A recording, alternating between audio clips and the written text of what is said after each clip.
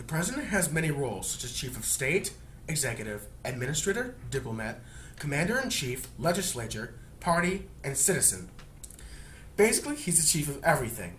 To begin, chief of state. In the U.S., the president both reigns and rules, but in many countries, the chief of state does not rule. The chief of state is the ceremonial head of the government of the U.S. He or she is then the symbol of all the people of the nation.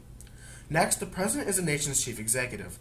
The power is immensely broad in both domestic and foreign affairs. Indeed, the American presidency is often described as the most powerful office in the world. But the president is not all-powerful because of checks and balances.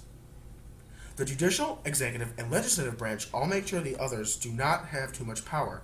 The president is also chief administrator, who is the director of the huge executive branch of the federal government.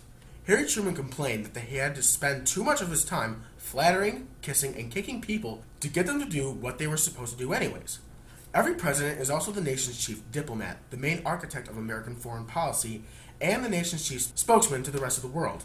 The Constitution also makes the president the commander-in-chief. They are all subject to the president's direct and immediate control. The Constitution does give Congress some significant powers in foreign affairs and over the military, but the president is still dominant in both fields. Next, chief legislator.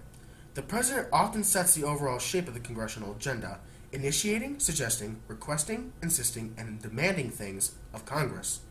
Although, Congress and the president do not always agree, and the president does not always get their way. The president is automatically the chief of party, the acknowledged leader of the political party that controls the executive branch. Parties are not mentioned in the Constitution, but they do have a vital place in the workings of the American governmental system. Also, the president is the nation's chief citizen. The president is expected to defend the public interests against many different and competing private interests. The president is expected to be the representative of all the people. Created using Powtoon.